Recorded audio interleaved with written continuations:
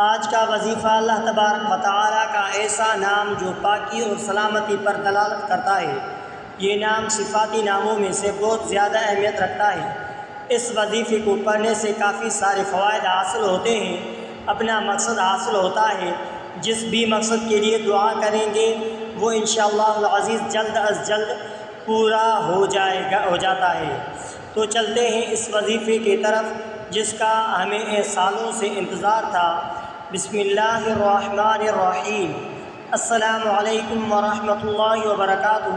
معزز سامعین اکرام، قدوس السلام اللہ تبارک و تعالیٰ کا ایک صفاتی نام ہے، اور اس کا وظیفہ پڑھنا خیر و برکت اور سکون حاصل کرنے کے لیے مفید سمجھا جاتا ہے۔ یہاں وظیفہ کرنے کا طریقہ بیان کیا گیا ہے۔ نمبر 1، باوضو ہو کر کسی پاک جگہ بیٹھ جائیں۔ نمبر 2، 3 مرتبہ درود شریف پڑھیں، جیسے درود ابراہیمی یا کوئی دوسرا درود۔ نمبر 3، 101 مرتبہ یا قدوس یا سلام کا ورد کریں۔ نمبر 4، آخر میں دوبارہ 3 مرتبہ درود شریف پڑھیں۔ نمبر 5، دعا کریں اور اللہ تبارک و تعالیٰ سے اپنی حاجت کی طلب کریں۔ یہ وظیفہ عموماً فجر یا عشاء کی نماز کے بعد کیا جاتا ہے، لیکن آپ اپنی سہولت کے مطابق کسی بھی وقت کر سکتے ہیں۔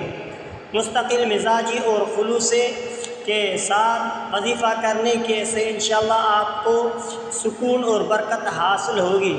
تو معزز سامعین اکرام، قدوس السلام کے وظیفے کے حوالے سے مزید رہنمائی درج ذیل ہے۔ نیت اور توجہ۔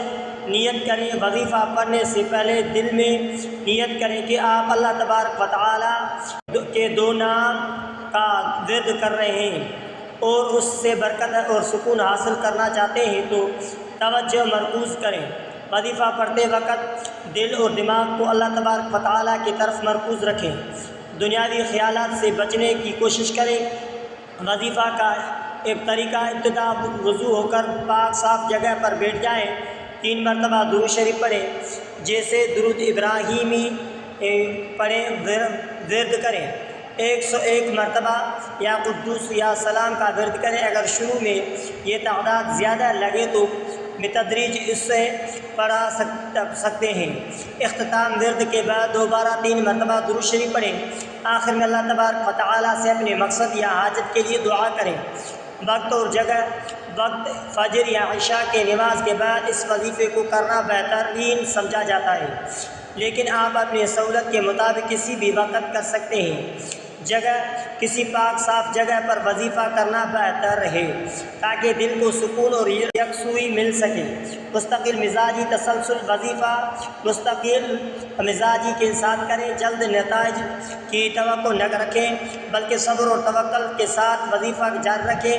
خلوص۔ وظیفہ دل سے خلوص اور نیت کے ساتھ کریں۔ اللہ تبارک و تعالیٰ نیتوں کو دیکھتا ہے اور ان کے مطابق اجر دیتا ہے۔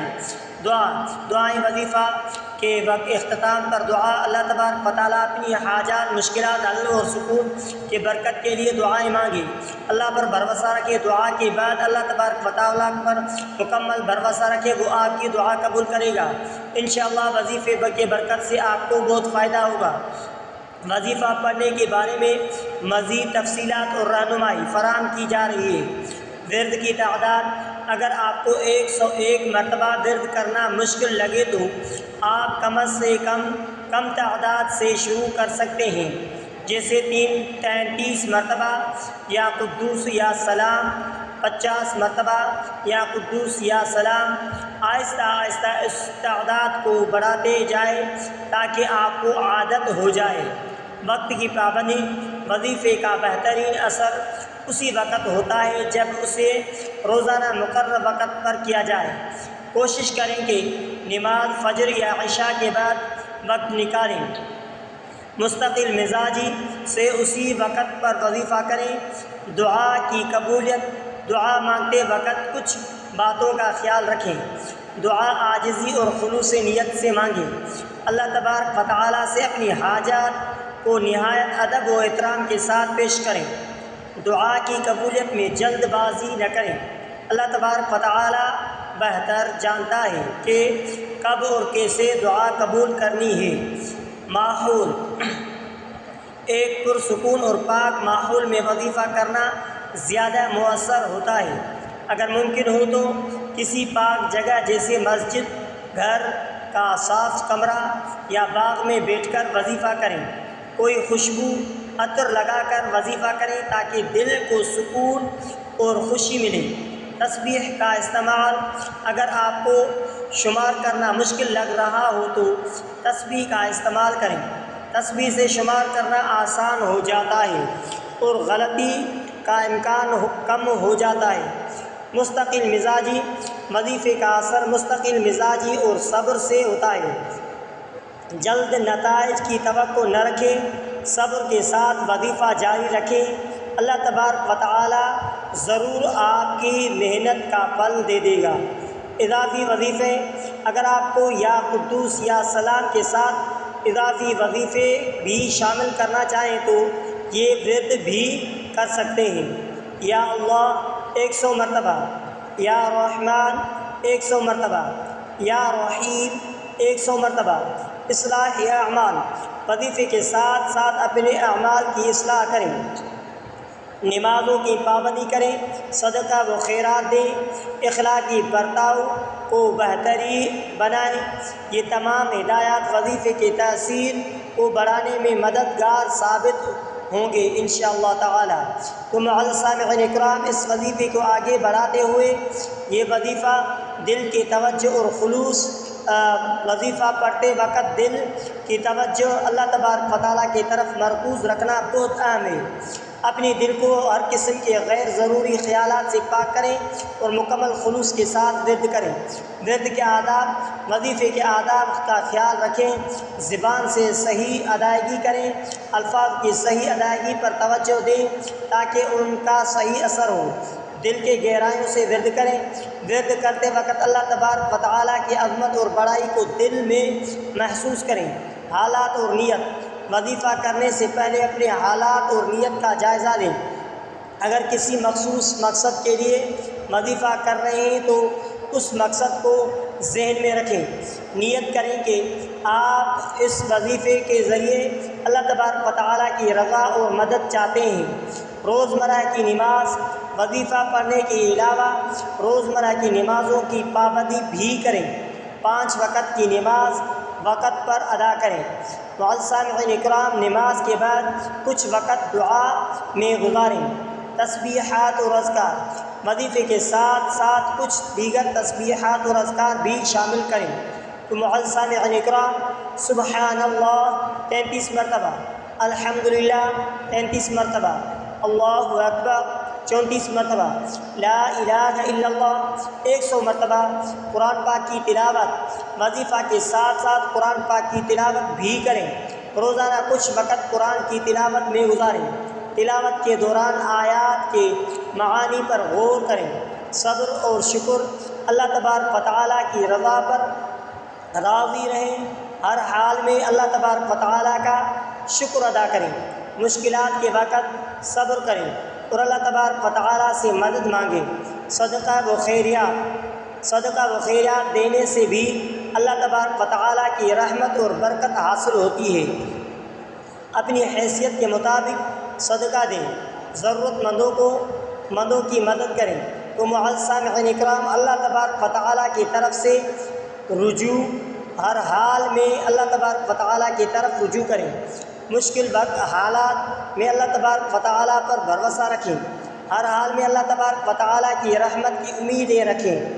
نیکیوں میں اضافہ، نیک اعمال میں اضافہ کریں، اچھے اخلاق کا مظاہرہ کریں، دوسروں کے ساتھ حسن سلوک کریں۔ تو معزز سامعین اکرام، استغفار، اللہ تبارک و تعالیٰ سے معافی مانگیں، روزانہ استغفار کریں، اپنے گناہوں کی معافی طلب کریں۔ تو معزز سامعین اکرام، وظیفے کو آگے بڑھاتے ہوئے ترتیب نفس، اپنے نفس کی ترتیب کریں، نفس کے خلاف جہاد کریں، برے خیالات اور اعمال سے بچیں۔ ذکر قلبی، معزز سامعین اکرام، ذکر قلبی کا اہتمام کریں، دل میں ہمیشہ اللہ تبارک و تعالیٰ کا ذکر کریں۔ ذکر قلبی سے دل کو سکون اور روحانی طاقت حاصل ہوتی ہے۔ یہ اضافی ہدایات وظیفے کی تاثیر کو بڑھانے اور آپ کے روحانی حالت کو بہتر بنانے میں مددگار ثابت ہوں گی۔ اللہ تبارک و تعالیٰ آپ کی کوششوں کو قبول فرمائے، آمین۔ آپ کو اپنی رحمت کی برکت سے نوازے۔ روحانی استاد یا عالم دین سے مشورہ کریں۔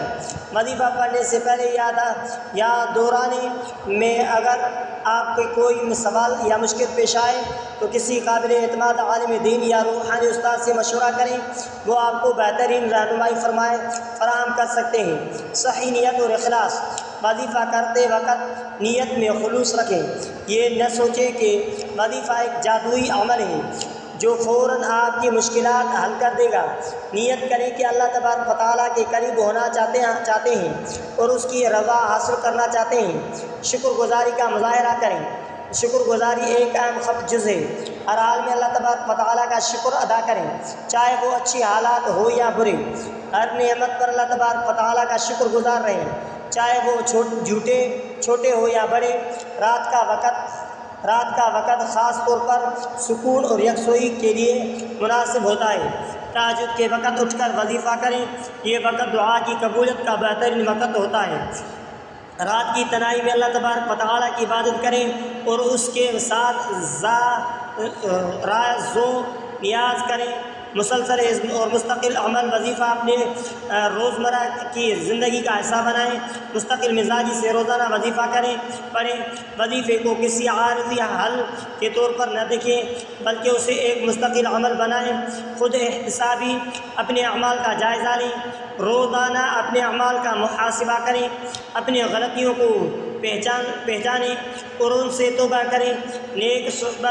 نیک اور دیندار لوگوں کی صحبت اختیار کریں، ایسی مخلوق میں شرکت کریں جہاں اللہ تبارک و تعالیٰ کا ذکر اور اس کی تعلیمات پر عمل ہو۔